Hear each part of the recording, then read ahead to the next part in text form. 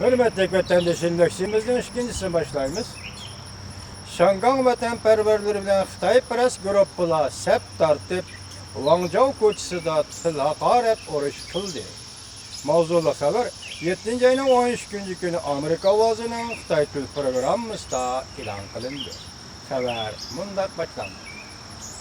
Şangan Jungoparas ve Şangan hükümet taraf gruplar bilen Şangan vatanperverleri o'ttirishida shanba kuni Şangan Jiulong Wangzhou rayonida to'qinish yuz berdi. Qarshi tarafda til haqorat bilan urush qildi. Şangan saqchi taraf zo'r bir turkum saqchi chiqarib, ikki tarafning o'rtasiga kirib, qarshi taraflarni ayirib turdi. Mut suyuqligi chashdi ve gaz tapanchi bilan namoyishchilarni yaralandırdı.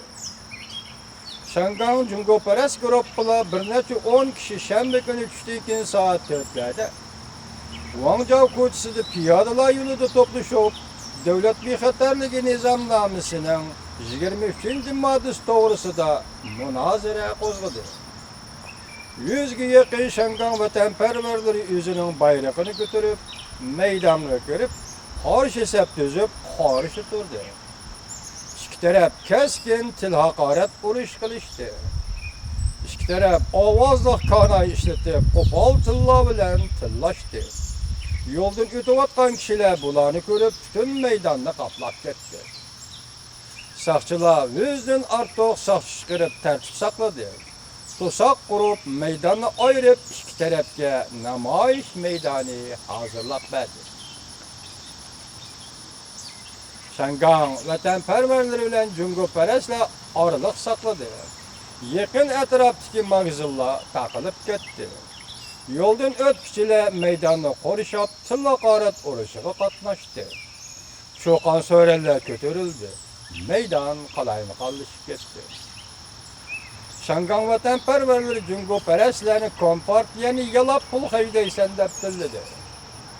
Jungoparaslar Şangan vatanperverlerini çoğun quruqliqqa bölüp kompartiya qarshi tursang bo'lmamdi deb tilladi ve Angliya davridagi Şangan bayrog'ini yirtib tashladi. Tushdan keyin to'yatlarda boshlangan til haqorat urushi kech soat 8gacha davomlashdi. Saqchi taraf oxirida Şangan vatanperverlaridan bir nafar kishini qo'lga oldi. Shundan keyin Şangan vatanperverlari ve Şangan shahar aholisi Wangzhou rayonluq saqchi idorasini qorishib oldi. Qo'lga olingan vatanperverni qo'yib berishni talab qildi.